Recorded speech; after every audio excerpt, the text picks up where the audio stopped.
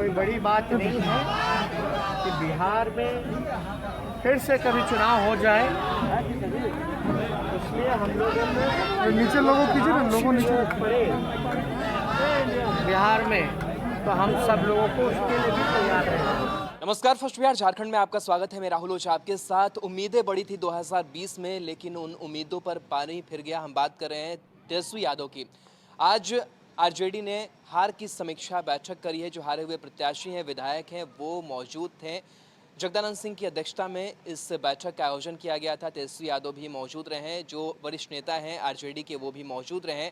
हार कैसे हुई, किन कारणों से हुई, कहाँ कहाँ पर चूक हुई, इन तमाम बातों पर चर्चा जो है वो हुई है। और इसके साथ ही साथ एक बड़ा जो दावा है वो 2021 के लिए तेजस्वी यादव ने की है। तेजस्वी यादव ने अपने कार्यकर्ताओं से कहा है कि वो 2021 के लिए तैयार रहें। बात तो कर रहे थे मध्यावधि चुनाव के लिए, और उनका मानना है कि जो सरकार है वो कभी भी गिर सकती है और आरजेडी जो है वो सरकार में आ सकती है।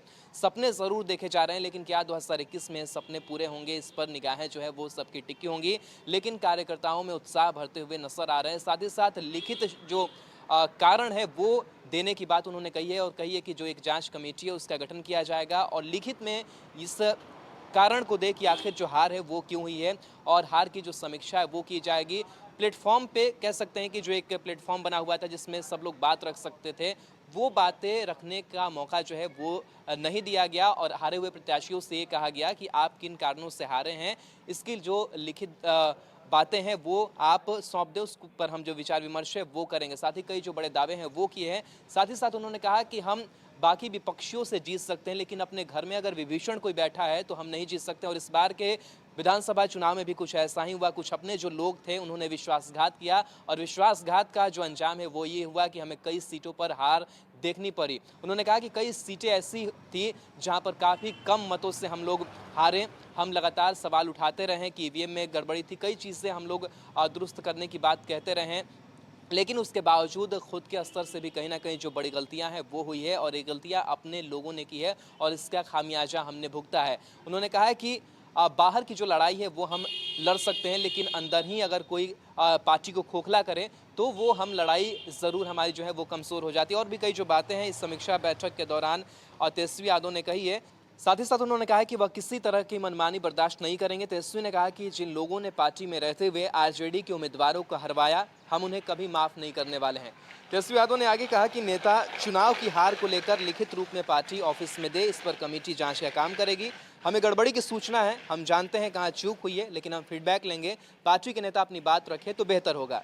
उन्होंने कहा कि कुछ सीटें गठबंधन में इधर से उधर चली गई। सबकी कोशिश होती है कि ज़्यादा सीट पर चुनाव लड़े। जिन सीटों पर हम बेहतर कर सकते थे वहां हमें निराशा हाथ लगी। तेजस्वी यादव भी खुद कहीं ना कहीं मान रहे हैं कि गलतियां कई जगहों पर हुई है, इसके बावजूद भी वो अपने कार्यकर्ताओं को उत्साहित करते हुए नजर आए। नेता प्रतिपक्ष ने आगे कहा कि हम मुद्दों पर चुनाव लड़े और जनता का हमें भरपूर समर्थन भी मिला। हम चुनाव लड़े ही नहीं, हम चुनाव जीते भी। एक तरफ प्रधानमंत्री, मुख्यमंत्री और बिहार सरकार के अधिकारी, मीडिया थी, तो दूसरी तरफ आप लोग थे।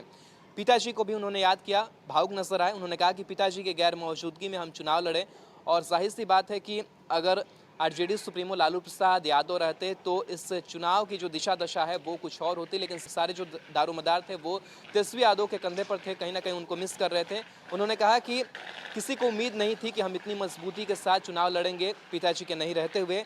लाख छल कपट के बाद भी हमारा जो प्रदर्शन है वो बेहतर रहा है। तेजस्वी ने आगे कहा कि पार्टी मजबूत होगी तो सबका भला होगा, सब मजबूत होंगे। इसलिए सबसे अपील करेंगे कि आप लोग अपने मतभेद मिटाकर पार्टी हित में काम करें और ईमानदारी से अपने फीडबैक दें। पहला और दूसरा चरण ठीक हुआ, लेकिन तीसरे चरण में गड़बड़ी हुई। तीसरा चरण ठीक नहीं हुआ। जहां थर्ड फेज में चुनाव हुए वहां क्या दिक्कत हुई, क्या गड़बड़ी हुई, वहां के लिए अलग से समय सीमा तय कर उसकी समीक्षा की जाएगी। कई जो बड़े नेता थे वो भी मौजूद थे। अब्दुल बारी सिद्दीकी भी मौजूद थे, जिन्हें इस बार चुनाव में हार का सामना करना पड़ा। उन्होंने कहा कि हमारे जो पोलिंग एजेंट है वो थोड़े से सुस्त नजर आए, थोड़े लेट से पहुंचे, और इस लिहाज से थोड़ी सी जो गड़बड़ी है वो हुई है। तो अपने अपने तरीके से जो वरिष्ठ नेता थे उन्होंने भी अपनी बातें रखी है, लेकिन तेजस्वी यादव ने बड़ा जो दावा है वो किया है कि 2021 में चुनाव होंगे और कार्यकर्ता इसके लिए तैयार रहे।